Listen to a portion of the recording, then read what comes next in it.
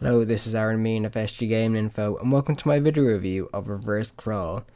Now, Reverse Crawl is a traditional RPG with a bit of a twist. Instead of playing the hero, freeing the land from various minions and evildoers, it's the reverse. You are pretty much playing the eyes of the evildoers, whose minions are trying to defeat heroes and take the land.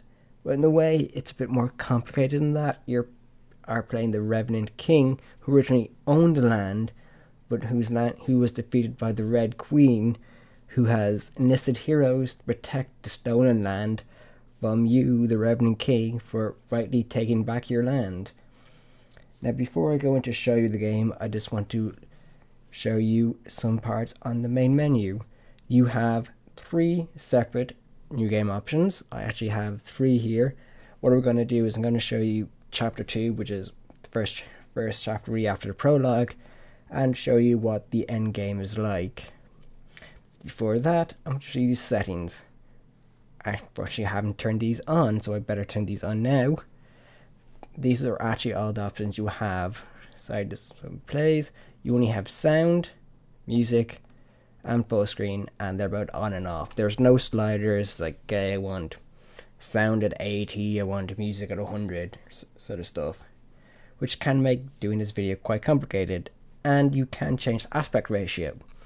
So to record this at 720p, I actually had to change the whole screen resolution of my actual display to do it. So without further ado, we'll go into Chapter 2, and I'll show you the combat and tasks and reward system. So here on to Chapter 2. You can hear the music kick in. The music and audio in this game is top notch. I believe they got it from... It wasn't actually created by the company. It was actually bought from a licensing company, which was quite interesting. Tidbit actually talking about that. Nerdook is basically one developer. So basically one person's doing the code and the art. I believe the name in the credits is SimYC. So he's done all the art and code, which is quite impressive and nothing I could do myself. So first things first, what are the rewards? So I've completed the first chapter, which is giving me the reward Improve Your Skeleton Warriors. Now this wasn't the only reward I could have gotten. I could have gotten a choice of 2 others. Basically how rewards work is when you complete a chapter, you have a choice of 3 different optional rewards you get. The usual reward you would get would be a new minion due on you. And then you have an optional rewards like I can improve my magic missile, I can improve my skeleton warrior. I chose skeleton warrior.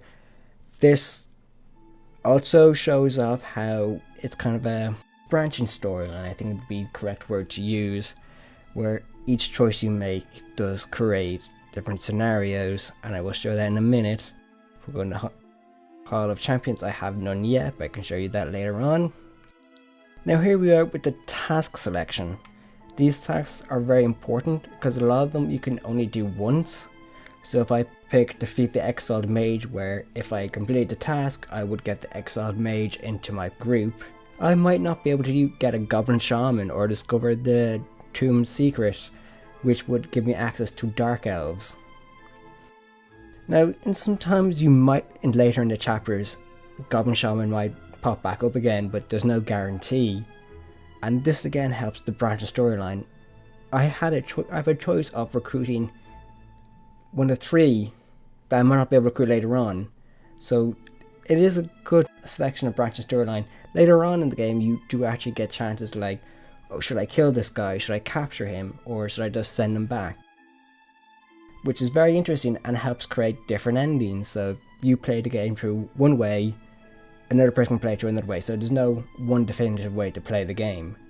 So I'm going to go into combat, so I'm going to select Defeat the Exiled Mage, because, well, that's the one I feel most confident in showing you.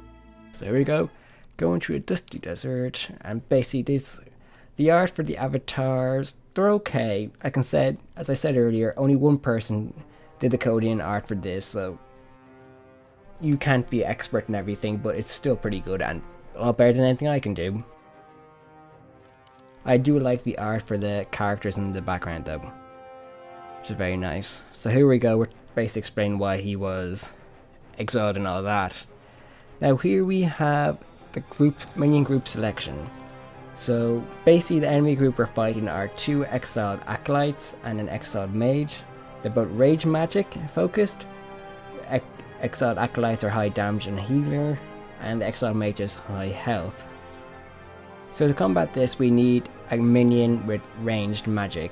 So here we have Flesh and Bones, which is 2 zombies, a skeleton archer and skeleton warrior.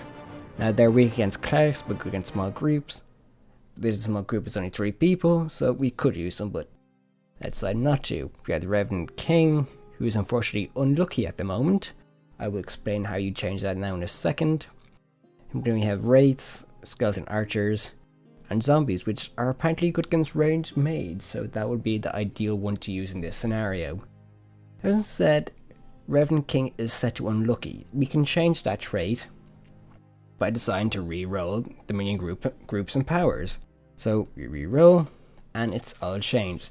Revenant King is now tough, with his minions grant 10% more health, which is fantastic.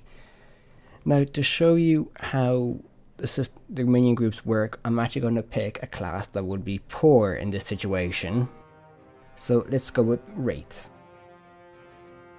So we are resummoned.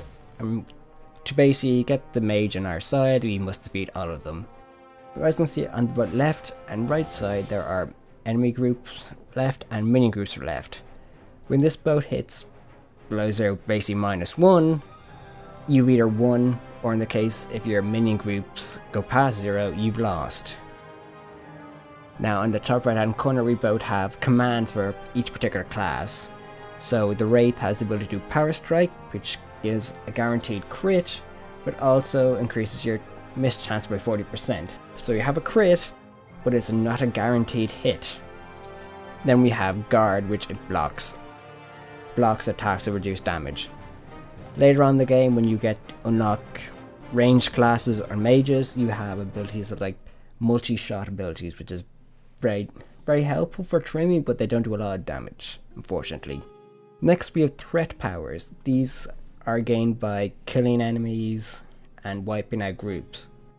So like the ability to summon skeletons, cast magic missiles, and do dark healing. Later on you can also unlock ones which allow you to heal all your party members or hit multiple enemies at once.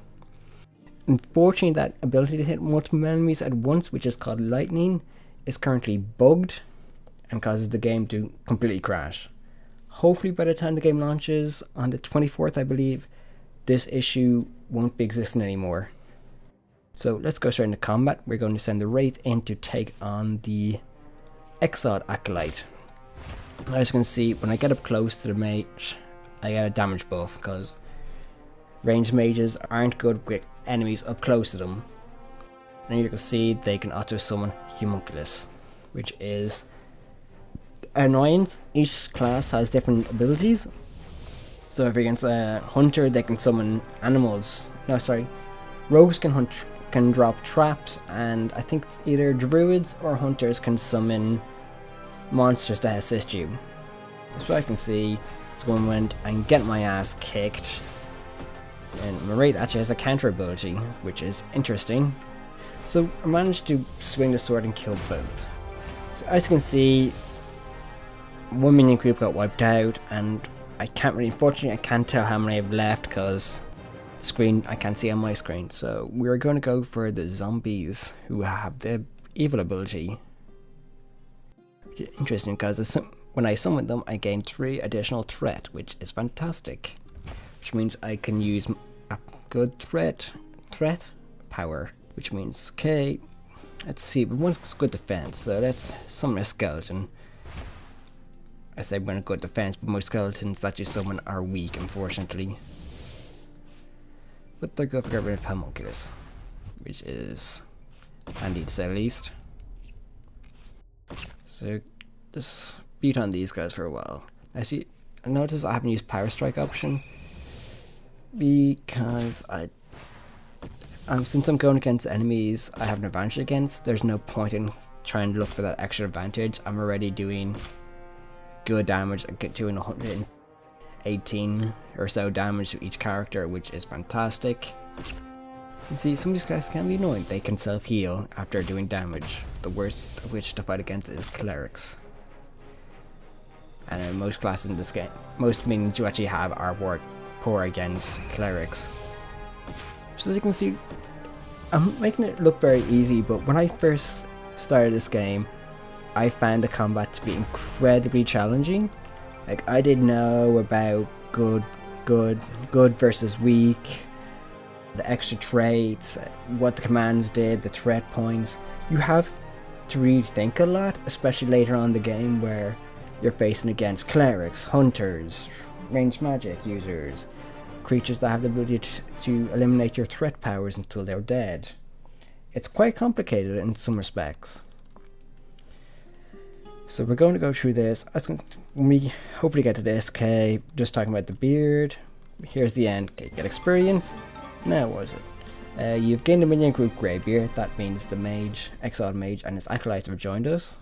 You've gained a maximum power increase by 1, and you can select a reward. So you have the ability to summon homunculi. That would be a Greybeard exclusive ability, I would believe. Focus, help with doing extra damage, and heal all, which I mentioned earlier. Out of the 3, I would definitely pick heal all because it's very handy. Now later in the game, you might be able to pick those abilities up later on. You may not. It all depends on what the game decides. Again, once you pick something, you may not be able to get back what you chose, which is good because it's risk reward. So I'm going to go actually into what show you what the replayability is like. Okay, so it took me about 4 hours to complete the game, and when you complete the game, you are given a lot of additional options. You have the ability to an endless dungeon runner. You have the ability to fight the Red Queen again, or you can do a new game plus. And before I do endless, to show you what the top tier classes are like, here are your rewards. Now, one of them I got was, I believe, Pet Wolf. You can pet and join the Revenant King's minion group.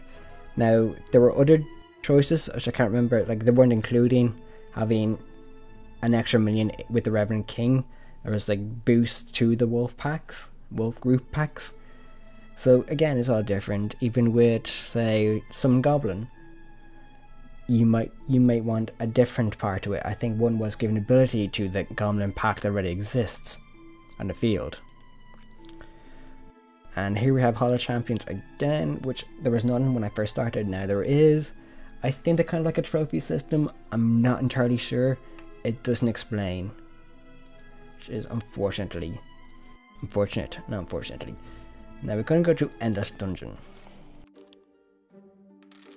Okay, enemies I'm fighting is a Frost Mage, is a ranged magic hero, good versus ranged magic. And here we have some ones that I've unlocked. I have a Spider Queen, Wraiths, Zombies, Sirens, Violet Squad, which is Dark Elves, Greybeard, which was the mage you saw earlier, Flesh and Bones, which you saw earlier as well, and Dark Elves. Now, I can reroll, and I might get an entirely different group. See, I got Rat Swarm, Goblin Shamans. What I'm going to do is I'm going to go Rat Swarm. Rat Swarm's actually quite effective, in my opinion, because Rat Warrior and you're poisoning the creature. In all honesty, I really have enjoyed my time playing this game. From when you first look at it, it looks simple, it looks very nice little project. It was made in Game Maker Studios, but when you start playing it, you see it has a lot more depth to it. It has a branching storyline, which I wasn't expecting that. Choices that actually mean something to the player. Okay, sometimes the story isn't brilliant, but it's a nice twist. Even though you are being the evil side, technically you are kind of good, because the good person took your land. It's kind of complicated, but that's how these things apparently work in this game. All in all, I believe the game is going to be sold for $5.99 when it comes out on the 24th, so it should be out by the time this video is uploaded. It's well worth the price. I highly recommend picking it up. Thank you for watching. Please like, favourite and subscribe. For more game information, please visit www.sggaminginfo.com. And don't forget to like our Facebook page at www.facebook.com/sggaminginfo and follow us on Twitter at sg.